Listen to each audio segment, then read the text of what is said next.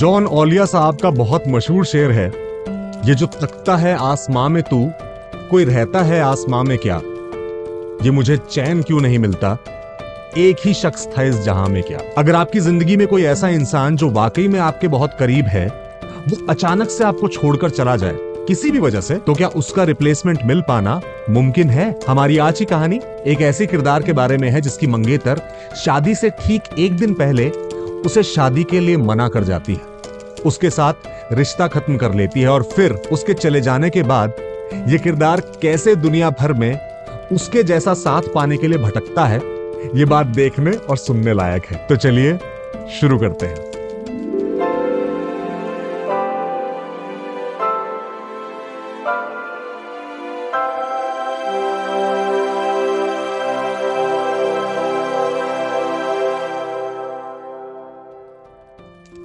नमस्कार, मेरा नाम है रजत कुमार शर्मा और आपका स्वागत है स्टिल अ स्टोरी स्टूडियो में।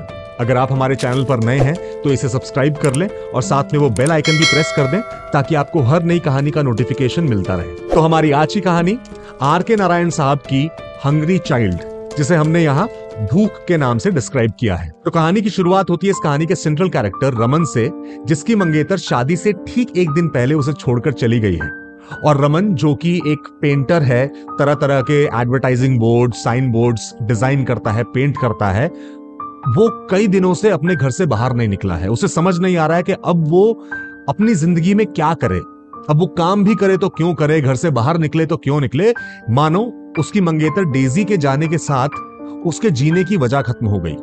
उसने कई दिनों से काम नहीं किया, उसने कई दिनों से कुछ खास खाया पिया नहीं। और आज जब उसे पता चला कि शहर में हर साल की तरह एक मेला, एक एग्जीबिशन, एक फेयर लगा है, तो उसे देखने के लिए अब कई दिनों में पहली बार वो घर से बाहर निकला। उसने किसी तरह खुद को बाहर निकलने के लिए तैयार किया, कपड़े पहने और फिर चल पड़ा उस मेले की तरफ। मेले में कई जगह अलग अलग तरह के साइन बोर्ड्स लगे थे जो कि उसके बाकी कॉम्पिटिटर्स के थे, और उन सबको देखकर वो सोच रहा था कि ये लोग कभी भी अच्छी क्वालिटी का काम नहीं कर सकते जिस तरह का काम मैं करता हूं। लेकिन अब उसे मालूम था कि उसने कई दिनों से काम नहीं किया है, तो ये सभी साइन बोर्ड्स शायद उसके पास आ सकते थे, लेकिन क्योंकि वो अपनी दुकान पर गया ही नहीं था तो अब उसके पास काम कैसे आता। बहरहाल उन साइन बोर्ड से नजरें हटाकर वो मेले में आगे बढ़ा, तो मेले में उसे अलग अलग तरह की दुकानें दिखने लगी, कई सारे खाने पीने के सामान दिखने लगे और अलग अलग हैरत अंगेज कारनामे करने वाले कुछ लोग दिखने लगे। जैसे एक स्टॉल में लिखा था कि आप स्टॉल के अंदर आइए और यहाँ पर देखिए एक जल परी, और जो इंसान उस स्टॉल के बाहर खड़ा हुआ उस बात को प्रमोट कर रहा था, वो इतना एक्साइटमेंट क्रिएट कर रहा था कि सिर्फ बच्चे ही नहीं, बड़े भी वहां जाकर उस जल परी को देखना चाहते थे। लेकिन हाँ, उसकी कीमत थोड़ी ज्यादा थी। खैर, उस सब को देखते हुए और मनी मन सोचते हुए कि कहां इस दुनिया में असल की कोई जलपरी आने वाली है, रमन आगे बढ़ गया। थोड़ा सा आगे गया ही था कि अचानक से मेले के सभी लाउड स्पीकर्स पर एक अनाउंसमेंट सुनाई दी कि मेले के सेंट्रल ऑफिस में एक 7 साल का बच्चा जो कि अपने माँ बाप से अलग हो गया है, वो बैठा है और बहुत ज्यादा रो रहा है। तो उसके माँ बाप जहाँ भी हो, वो फौरन उस बच्चे के पास पहुंचे और उसे वहां से ले जाएं। अब वैसे तो रमन का अपना कोई बच्चा था नहीं, लेकिन फिर भी न जाने क्यों एक माँ बाप से बिछड़े हुए रोते हुए बच्चे की बात सुनकर उससे रुका नहीं गया और वो वहां से सीधा जा पहुंचा मेले के उस सेंट्रल ऑफिस में। उसने जाकर देखा कि वहां की बेंच पर एक छोटा सा बच्चा बैठा था, लेकिन वो रो बिल्कुल नहीं रहा था। हाँ, अपने में एंजॉय खूब कर रहा था।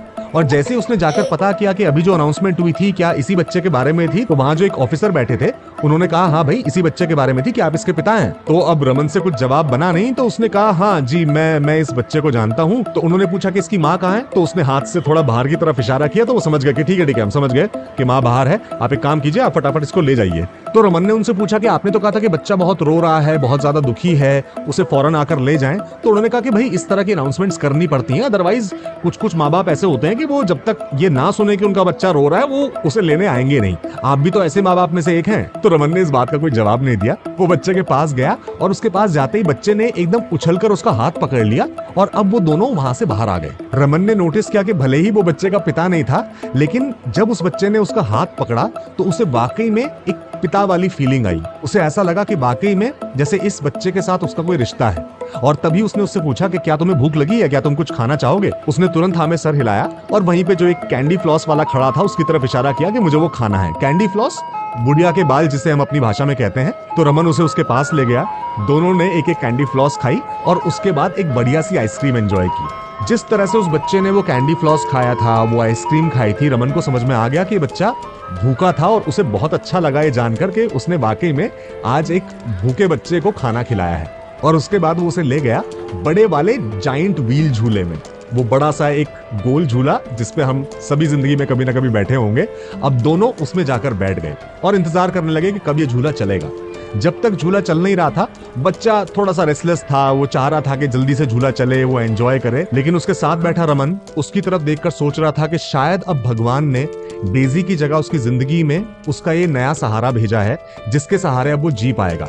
उसने फैसला किया कि इस बच्चे को वो लीगली अडॉप्ट कर लेगा और उसका ख्याल रखेगा।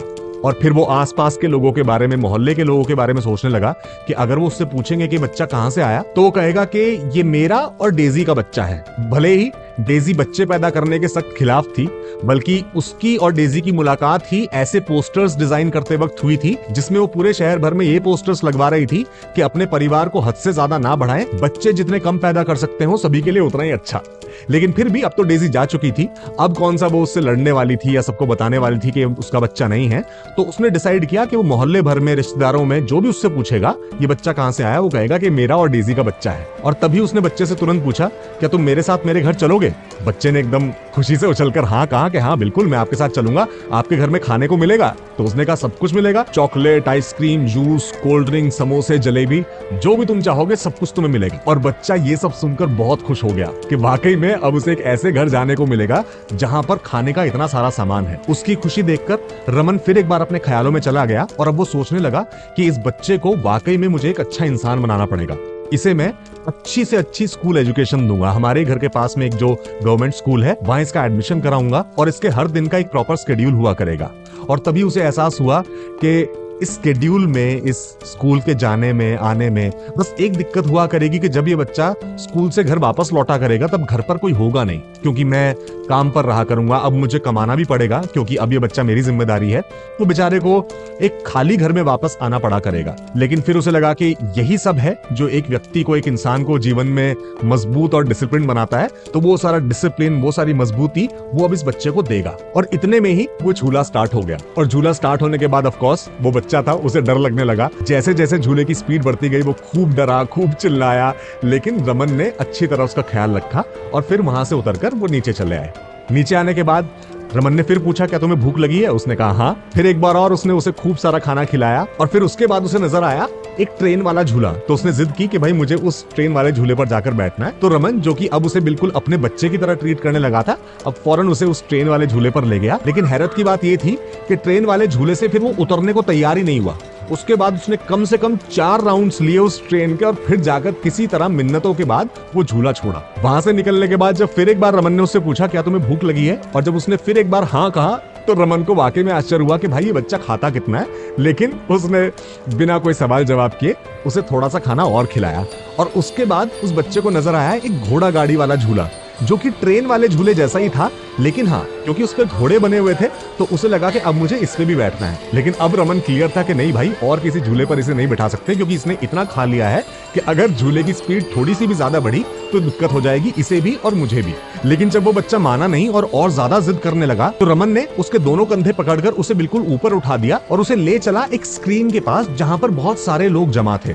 एक स्क्रीन जिस पर कोई फिल्म चल रही थी। रमन को मालूम नहीं था ये कैसी फिल्म है, क्या फिल्म है, लेकिन उसने उसे उठाया और कहा कि देखो इस स्क्रीन पर अभी तुम्हें कुछ शेर और बंदर आते नजर आएंगे और तुम बहुत एंजॉय करोगे, उस झूले से भी ज्यादा। लेकिन बच्चा मान नहीं रहा था, वो रोने लगा था, एकदम बिगड़ने लगा था, अपनी लातें चला रहा था जो कि रमन के सर पर, कंधों पर लग रही थी और बार बार बस वही उस घोड़ा गाड़ी वाले झूले पर जाने की जिद कर रहा था कि अचानक से वो रोते हुए रुका और उसके मुंह से शब्द निकला, माँ। और तभी रमन को एहसास हुआ कि उस हाइट से, जिस हाइट पर उसने उसे उठाया हुआ था, वहां से शायद उसे कहीं अपनी माँ दिखी है। वो फौरन रमन के हाथों को पीछे धकेलते हुए नीचे आया और भागकर चला गया अपनी माँ के पास, जहां पर सिर्फ उसकी माँ नहीं, उसके पिता भी और उसकी 2 बड़ी बहनें भी थी। और उसे देखते ही उसके पिता ने उसे खूब सारी गालियां देनी शुरू कर दी। रमन भी जब उसके पीछे पीछे वहां तक पहुंचा तो उसने देखा कि उसका परिवार कोई बहुत ज्यादा संपन्न या समृद्ध परिवार नहीं था। देखने में ही समझ में आ रहा था कि ये गांव से आए लोग हैं और तभी उसके पिता ने उसे डांटते हुए कहा कि बेवकूफ, तुम्हारी वजह से हमारी अभी शाम वाली बस निकल गई, अब हमें रात को 9 बजे तक यहाँ बैठना पड़ेगा गांव की बस पकड़ने के लिए। और ये कहते ही उन्होंने तपाक से उसके गाल पर एक चांटा लगा दिया। अब ये बात देखकर रमन थोड़ा सा चिंतित भी हुआ और गुस्सा भी, क्योंकि अब तक तो वो उसे अपने बच्चे की तरह ट्रीट कर रहा था और अचानक से अब उसके गाल पर किसी ने चांटा लगा दिया था। लेकिन ये चांटा लगाने वाले कोई और नहीं, उसके अपने पिता थे। और इससे पहले कि रमन आगे बढ़कर कुछ कहता, उसके बचाव में कोई बात करता, तुरंत से उसकी मां ने उसे अपनी तरफ किया और कहा कि तेरी इन सब बेवकूफियों की वजह से ही हम बार बार ऐसी सिचुएशन में फंसते हैं। और ये बात बोलकर एक और चांटा लगा दिया। अब रमन ने जब उसकी मां का चांटा उसके गाल पर देखा तो वो समझ गया कि अब यहाँ पर कुछ भी कहना समझदारी नहीं है। पता लगा अगर मैंने इन्हें बताया कि ये मेरे साथ था, मैं इसे अलग अलग झूलों पर झुला रहा था और कई कई तरह के खाने खिला रहा था, तो पता लगा ये लोग मुझे भी डांट दें। और वो चुपचाप वहां से पीछे हट गया। और फिर उसे एहसास हुआ कि वाकई में डेजी के जाने के बाद जो उसकी जिंदगी में एक खालीपन आया था और जो अब इस बच्चे के आने से उसे भरता हुआ दिखाई दे रहा था, आखिरकार वो खालीपन वहीं का वहीं रह गया। और मायूस मन से और भारी कदमों के साथ फिर एक बार वो शाम ढलते ढलते वापस अपने घर आ गया।